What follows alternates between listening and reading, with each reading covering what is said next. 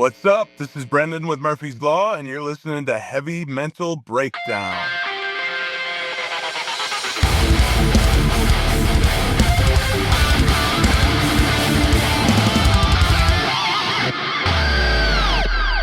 Murphy's Law. The last time I saw you guys was in Camp Punksylvania. I want to say maybe a year ago, 2 years ago now. Last summer, yep. Yeah, last summer I was there doing work for the Vandals, and when I got there, I didn't know that I can shoot for other bands too. It was just Okay. the pass, so I was like, I didn't want to work too much that day, but I was like, Murphy's is there. I'm working. Right. So I went up front and got a bunch of stuff with you guys. Man, you guys put on a show, man. That was a lot of fun. That was definitely a little bit different for, some of the stuff that we normally do, and it ended up being a lot of fun. It was really, really great run festival and a lot of fun.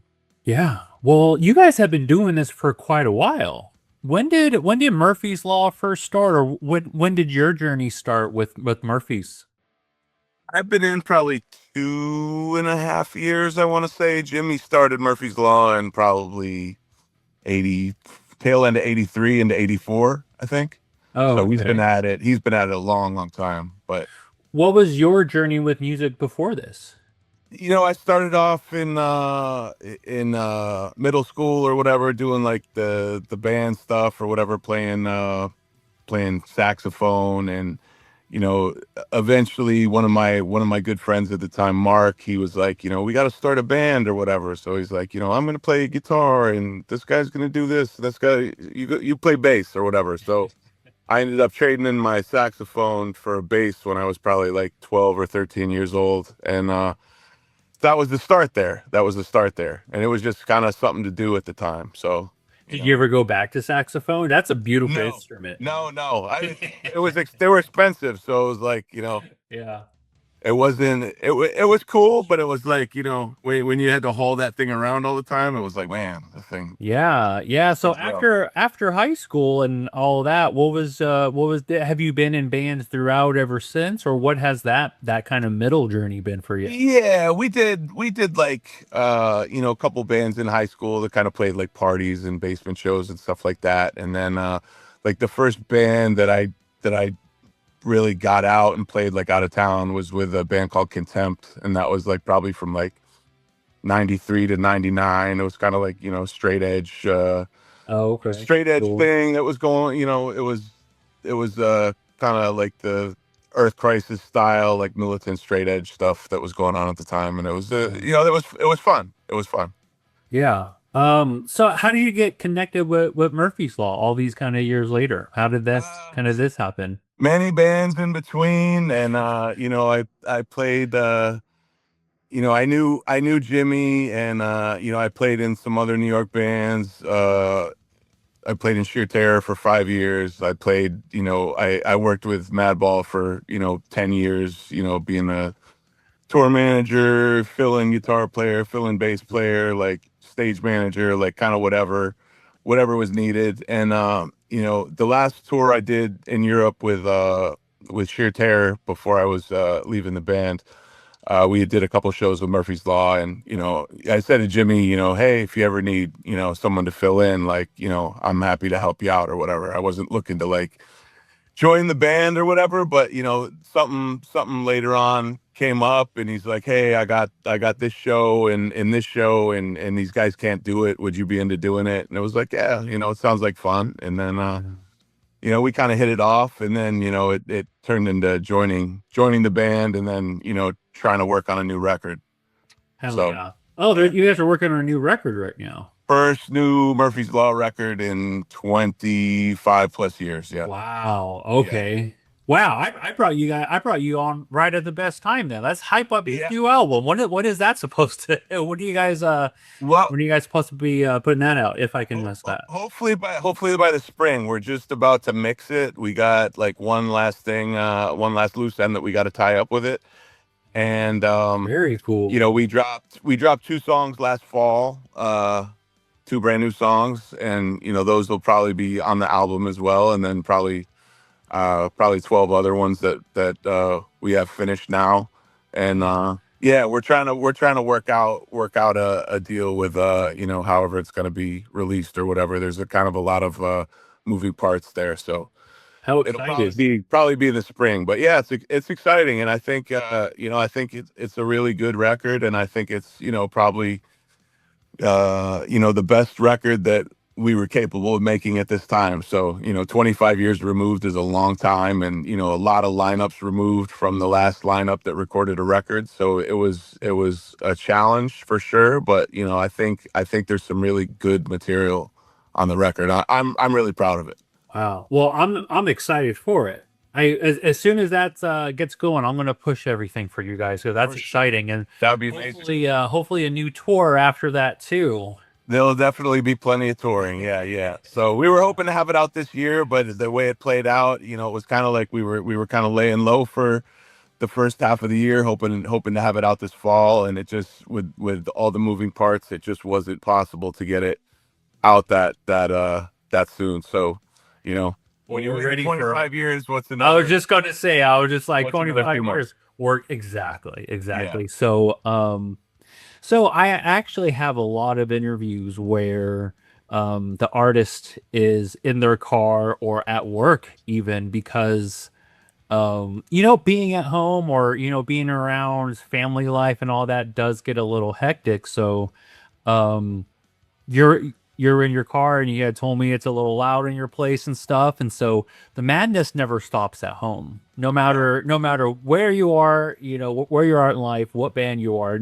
Things don't stop at home. They're loud, they're crazy yeah, for all of us. yes, So and you're on the road a lot.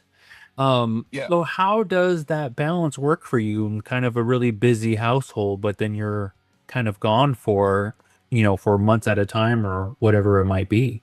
It's tough. I mean, we've been touring, and we'll do like 3 weeks here, or 2 weeks here, which is kind of optimal at this point. It's not. I don't really like going out for any longer than that, unless it's some crazy opportunity. But something like that hasn't presented itself. But I'm certainly more of a homebody. I like being at home. If I could stay at home every night, and commute back and forth to play shows, that's what I would Yeah. do. But it's tough. But I think that the road and the home life for me kind of balance themselves out, because when I get on the road, I can actually get some rest sometimes, because I don't have to worry about, we have a ton of animals here. We have probably we just got two more yesterday, so we have 22 animals all Oh, together. wow. Yeah, Okay. my girl and I, we have like an old farmhouse. We have like a bunch of land. We're upstate in the country, like away from everything. So Awesome. it, There's quite a few animal sanctuaries up north too.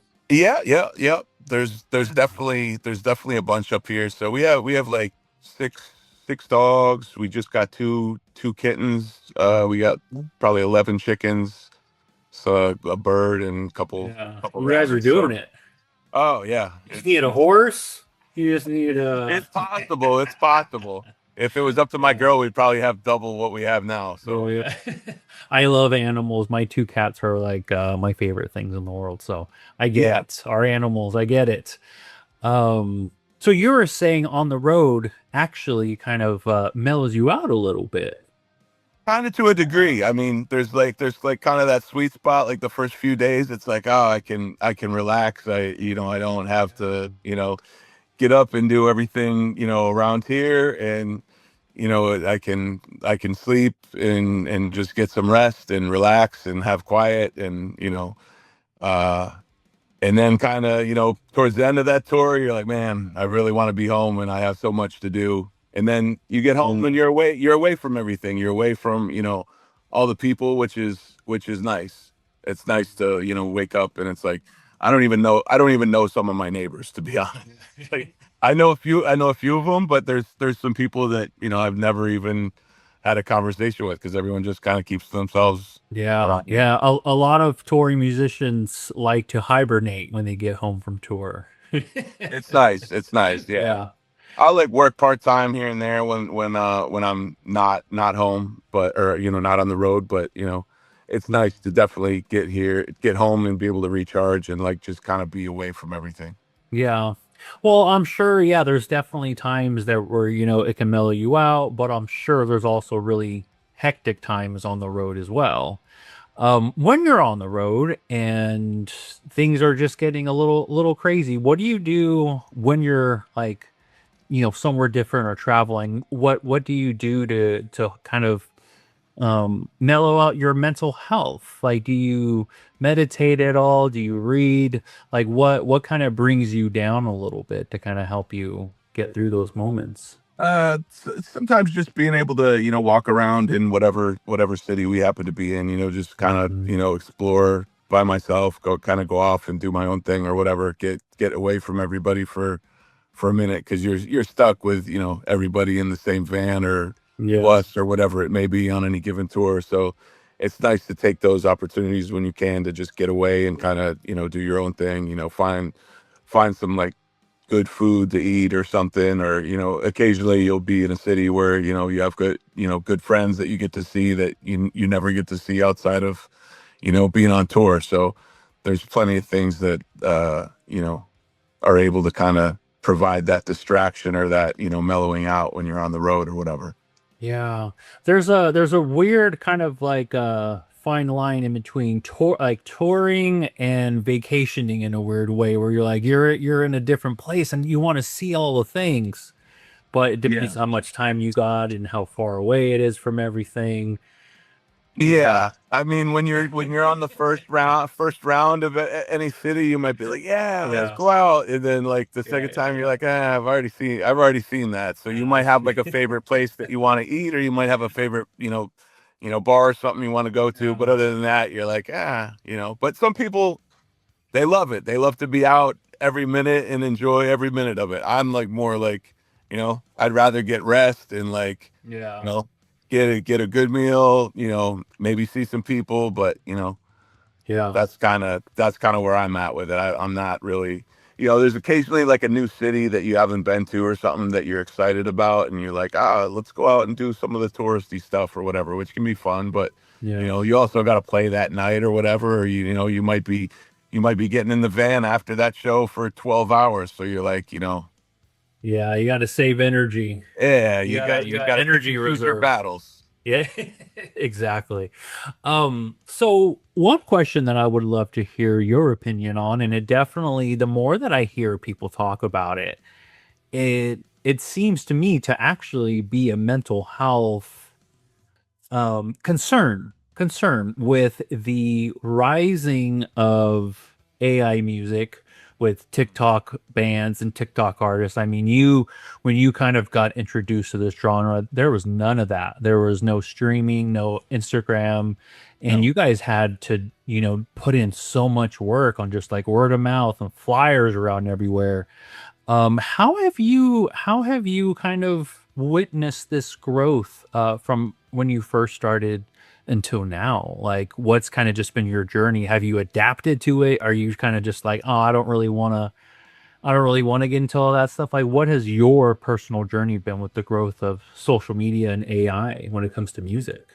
It's kind of a necessary evil for what we do. It's not my favorite thing in the world, but you kind of get sucked into it because you have something to promote, you have something to kind of get the word out on, and you kind of have to adapt with the changes, with streaming and Yeah, all that. Like streaming, it it's cool to be able to play anything on your phone, but like from a business standpoint, it's terrible for musicians. So right. but it's like if you're not participating in it, then you're kind of left out of that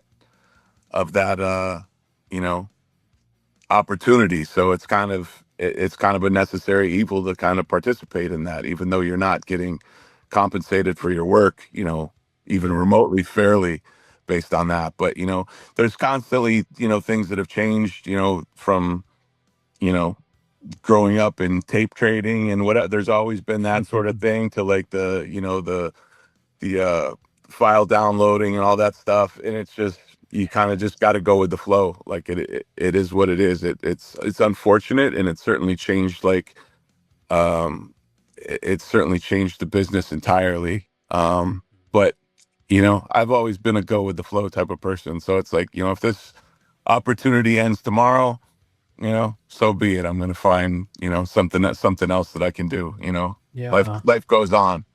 Yeah, not only are artists kind of like fighting with the stream numbers and the platform numbers and the follower numbers, but now they're also fighting for streams with the AI bands or the AI artists. They're beating them out in streams. You have these small local punk bands who are just trying to make some noise in the scene, but now not only are they competing with like massive artists on Spotify, but now AI bands. Well, yeah, and, It's and crazy, man. to your point, even before that, it was like growing up, there was like, when I got into punk and hardcore, I was looking for new stuff, new stuff, new stuff, going to every show that I could just to be, supporting that scene, whatever, and discovering new bands from, oh, I didn't know this band was playing, or oh, this band was thanked on this guest list or whatever. And it got to the point where you could record quality music in your bedroom and whatever, so the market became flooded with stuff, so it was a lot harder to stand out for a new band coming out. And that's Yeah. even before you factor in the AI stuff now, which is on top of that. So I mean, it's really difficult, and there's really no substitute for getting out there and playing. Like, you can some bands are able to catch fire, like on TikTok or whatever, and they can do that. But most of the time, the only way you're really going to catch on is by getting out on the road and Yeah. living out there. And it's not for everybody. It certainly comes with its challenges. It's certainly not easy with how expensive it is to tour these days. But Yeah. you know, you gotta make a decision, I guess. And Yeah. and even if you do all the right things, that's not going to say that you're even going to be a blip on the screen somewhere. It's like, you got to do it because you love it, not because you're going to get paid for it, or you're going to get to a certain level with it. You just got to do what you love. and Yeah. and I love that. yeah. Just do what you love. Don't when you get into it, don't stress about numbers and money and streams. Play music because you love it. And that's why we got into playing music to begin with, because we Yeah. love it. That's why we got into listening to music, because we love it, not because, oh, this band is super popular, these are the cool kids in this band. It's like, you got into listening to music because it struck a chord within you, or the lyrics meant something to you, or the music, you felt something from it. And that you gotta keep that in mind at any point.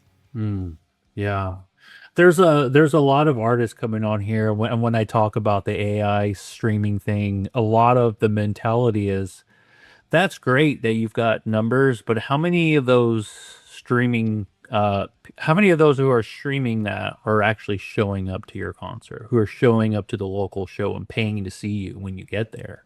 Sure, sure. And there's a number of people that Oof. don't, that they might like your band, but they don't go to shows or whatever. And you're Yeah.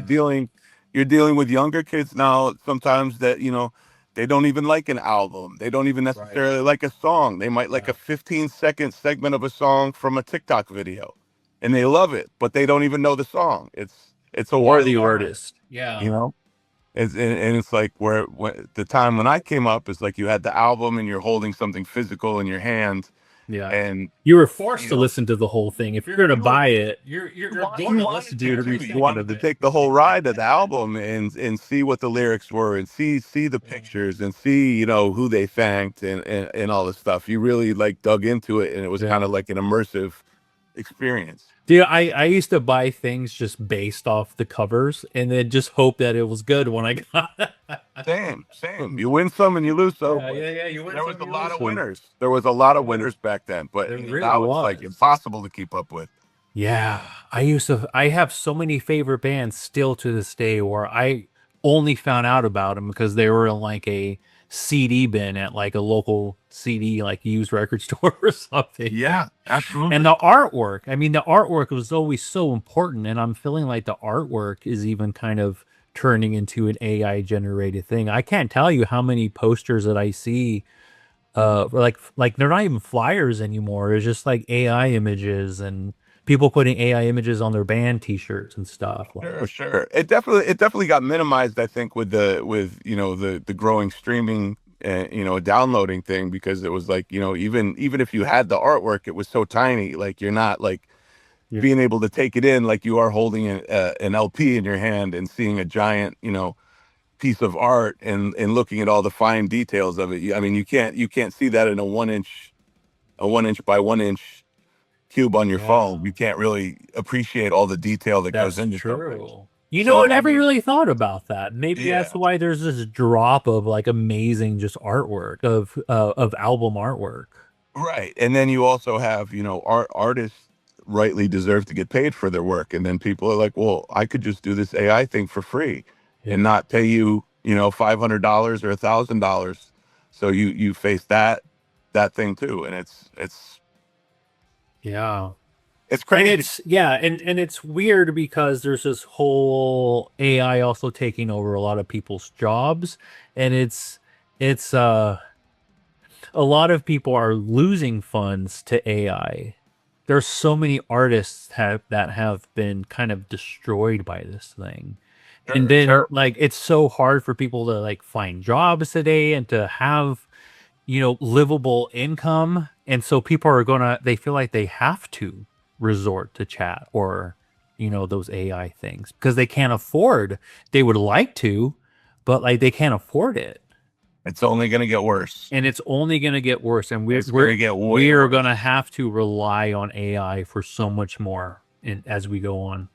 It's going to They're become making us so, rely on it. yeah, yeah, that's the plan. And, by the time it's so ingrained in your daily life, you're not going to be able to, do anything about it. It's just going to be It's, normal. It's going to be the new normal. it's going to be the new normal. Yeah. But Things are how do going we to look make good. money? How do we make money, Brendan? Do we go on a punk rock tour for 5 months? What do we do? You got to live off the grid as much as you can. Now's the time. I agree with that. I actually really agree with that. So I don't know. So this might be a hard question to answer. Um, but I don't know. I'm curious. What advice would you give to a new artist that wants to come out to the punk scene today? What if someone says, "Hey, Brendan, like I want to be in a punk band. Like I want to tour. I want to be in legendary acts like Murphy's Law, and this is what I want to do. What do I do now?" What advice would you give them? You got to do it for the right reasons. You got to get involved in it because you love it, and you have a need to do that. Like if you get into it, wanting to, get to that next level or the level after that, you're probably not going to be successful doing it. Like you need to do it because you love it, and that's where things are going to open up. And the other thing I would say is, like, when opportunity knocks, you say yes and you figure it out. And so many opportunities have come that way where it's like, oh, this might not be the smartest decision to go on this tour to do this, but when you say yes, it opens up other doors and creates other opportunities. So, Yeah. I think those two things, hard work definitely creates more opportunities. So if people see that you're a hard worker and you're dedicated to what you do, you're going to have more opportunities that are going to be presented to you. Yeah, networking in this industry is probably on the top like three things that Absolutely. are most important in doing Absolutely. well. Absolutely. Yeah, so taking those things and not worrying about like all the logistics and little things too much, like just go.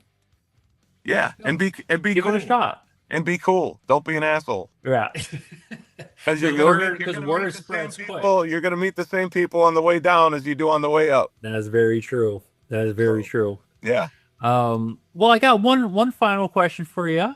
sure. Um, so the whole reason this podcast even exists is because of a really hard time that I went through a couple years ago. And it was at that moment that I realized just the strength of music and how it can be life-saving and how it's stronger than just instruments and lyrics, like music literally saves people's lives. So putting aside all of, like, the projects that you've been involved with, put aside Murphy's Law, just like you personally, what has music done for your life and your mental health, kind of just navigating life and day-to-day stuff? Well, I mean, playing music in the scene that I've been involved in is like pretty much every relationship I have in my life. Probably 99% of the relationships are somehow Mm. coming through the punk rock, hardcore, metal scene, and doing, being involved for, 30 some years doing stuff. So that certainly changed my life. And musically, especially when I was a kid, I it really felt like an outsider type of music. Now it's a little bit different. It's a lot more accepted than it was. When I was a kid, you were kind of the oddball if you're listening to this type of music and and Yeah. and participating in this type of culture. Mhm. So it was always, I was listening to it, and I was, kind of submersed in it before I even had like the live aspect of like going to shows. Like that wasn't really even something that was like in my mind or something I knew about, I think at the time, as far as like, oh, this band's coming through on tour, because I wasn't connected in that way. I didn't know. I Mhm. just had, I had some older neighbors that, passed me down some tapes, and it started, with like, hey, can you make me like the tape of like the fastest stuff that we were skateboarding to at the time? And so it was like, I got tapes that way, and, Yeah. dug into those bands. And then, it was probably 5 or 6 years later before I started going to actual shows, before it was like, oh, I have friends now that are into this stuff too, because I had moved when I was a kid, and I moved up north from Atlanta. And so when I moved, I was kind of like, you know one of the only few people in my school that like even knew about this stuff. So it was like it Yeah. was a Yeah. weird Yeah. it was a weird thing. And then eventually, you find more people, and you kind of find your group or whatever that you click with. And this was, music that was always, it was like an outsider thing, but it was always something that I identified with. So it was always like, it was always kind of like a us against the world type of thing. Like, you know, fuck Yeah. fuck those people outside and what they think. Like, I don't care. Like, Yeah. they don't mean anything to me. Like, I don't really care what they do or what they say or what happens with them. Like, I found what I love to do. So Yeah. that was like big, when I was a kid. And then, going to shows when I first started, and then getting to meet, more like-minded people like that. It kind of took on a different thing. And, it's brought me around the world, like places I never thought Yeah. I would ever go in my life, Yeah. has all happened through music or whatever. And being able to explore all these other cultures that, you know, was not, something that I had the means to do on my own if it wasn't for this music scene that I've been a part of. So, I mean, there's been so many things that I've gotten out of this, and I've also put a lot into it. I put a lot of time, a lot of, blood, sweat, tears into, playing music and writing music, creating music, supporting, I've done zines in the past. I've done record labels. I've put on shows. Like every aspect I've had, a hand in at one time or another. Yeah. And it's just, what I've always loved to do. Music has shaped your life. Absolutely. Yeah. Absolutely. It It's definitely, yeah, it it's def- made you who you are today. those first two tapes that I got from my neighbor, when I was a kid, like changed my life. That was And, it. those are still some of my favorite albums ever that were on those tapes. What were some of those artists that were on those tapes? Bad Brains Rock for Light, one of my favorite Sick. all-time records. Agnostic Sick. Front, Victim in Pain. Um, Oh 7 Seconds, The Crew. you had the Crucifix, you had the good Dehumanization. tapes. Yeah. DOA. Yeah. Dead Kennedys. Hell yeah. Yeah, I Do you mean, still have those till today? yeah, I do. I do have those. Amazing. Yeah, I have those first two tapes, and then I Very think he cool. gave me like maybe one or two more after that before I had moved, and we kind of lost touch or whatever. But Yeah. I owe that dude a lot, because he definitely put me on a path, that changed my life. Did, did, We did you ultimately ever tell him anything? No, we kind of lost. I had heard that he might have passed away, but I was never sure, and I didn't really stay that connected. Once once we kind of moved apart because he had kind of moved and I moved, and it was kind of a weird time, I guess, when I was a kid. But I hope he's still around. I'm not sure. I'm not sure what happened to him. It's crazy how one person's like they, one person can change your life just by not even ever knowing it. Sure, Like sure, he'll never, absolutely. like if he's still around, like he'll never know that Right. he did Yeah. or he didn't know. He never knew that, and now here you are putting a new Murphy's Law album out. Yeah. Yeah. Wild. That's Yeah. wild. That's Yeah. wild. I would have never imagined, like, Yeah.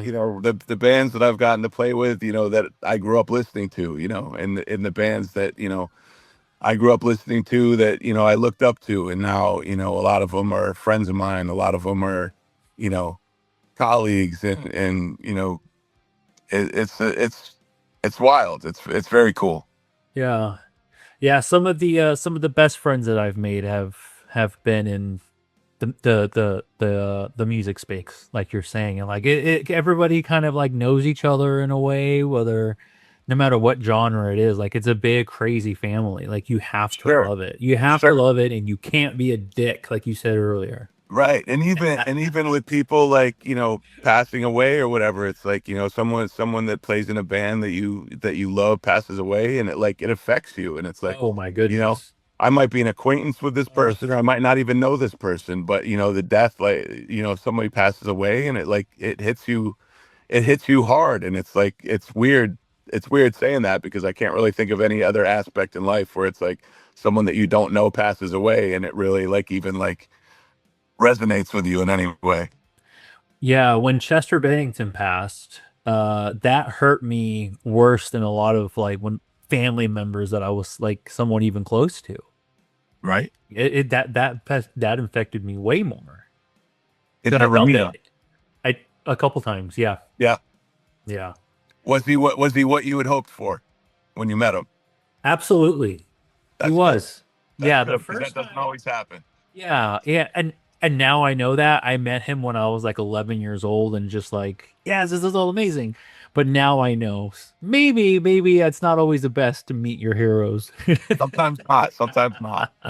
No, but the first time I met him, they had just put out like this book, and it was like Linkin Park's journey through Hypertheory and Meteora, and I think even a little bit of stuff before that.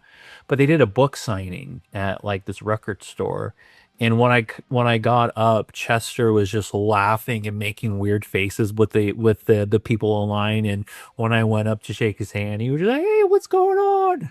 Like he was just in a good mood, and like I remember even hanging out for a little bit and just watching them because they were my favorite band. I'm like, oh shit, there they are. They're just Right. right there. So I just stood off to the side and watched for like a half hour, and it's just his interaction with fans, like it never died down. And that goes a long way. When you meet Mhm. somebody like that, and they're cool, and it's like, wow. When someone at that level can be that cool with people who he doesn't even know. Sure. And he has no Mm. idea the effect that he had on, someone like yourself, that, Right. just that quick meeting at a signing, can change your whole trajectory sometimes, or your whole day, or whatever it may be. I carry him with me all the time. He's right there. That posters of him right there. Mm. And I've got my Hyper Theory tattoo. I got that after he passed, so it's Yep. it's for him. But the hashtag that went around after he passed was "Make Chester Proud." Mm. And he was a big mental health advocate, and this is actually one of the big reasons why I even do it. Sure, sure. Make Chester proud. I think he would have dug something like this, and so I don't It's know. definitely something that you don't hear talked about that often. So, I guess with the recent, deaths we've had in the last, 10 plus years or whatever, I guess, probably it should be addressed a little bit more, because, Yeah, I some people agree. just kind of suffer in silence and don't really uh, share what's going on with themselves, or reach out to their friends, or reach out, to anybody for that matter. Especially people in the rock space.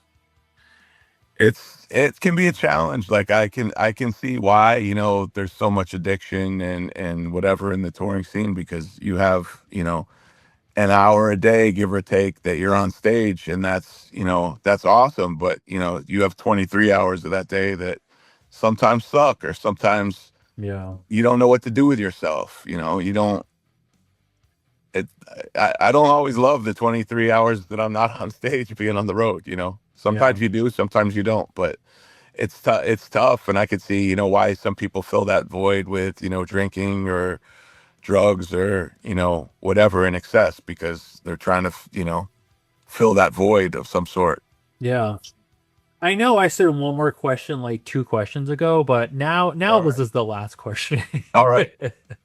um, was it all worth it? Looking back at it now, and looking back to when you first kind of got started in it to now, was it all? Are you glad it went this way?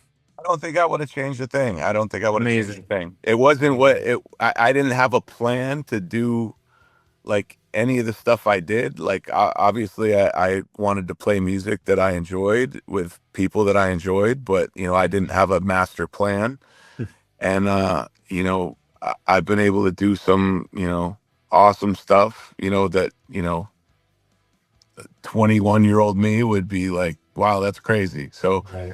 from that standpoint, it's cool. And I think, also having what happened a couple of years ago with COVID, and everything being shut down, it definitely gives you a new level of appreciation. Like, this Oh can yeah. all end tomorrow, Right. because I was literally on the road until, maybe a week before we were locked down.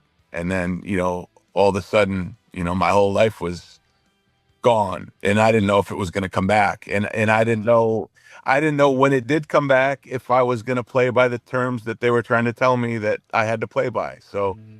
you know what I mean. So Yeah. I was prepared. Wild time for everybody.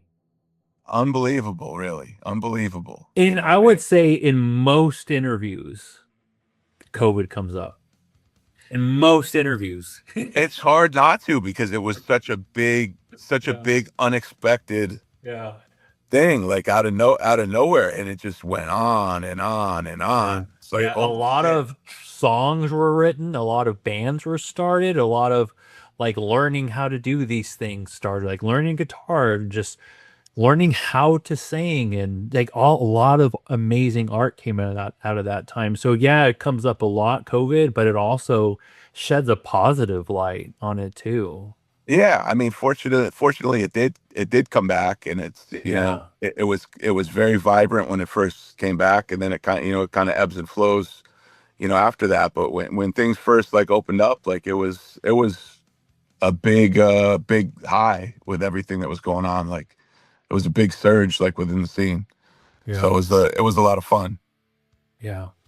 COVID played a huge role in the music industry. I almost thought about calling changing the podcast to Heavy COVID Breakdown, but I'm just like, no, that's going to limit me too much.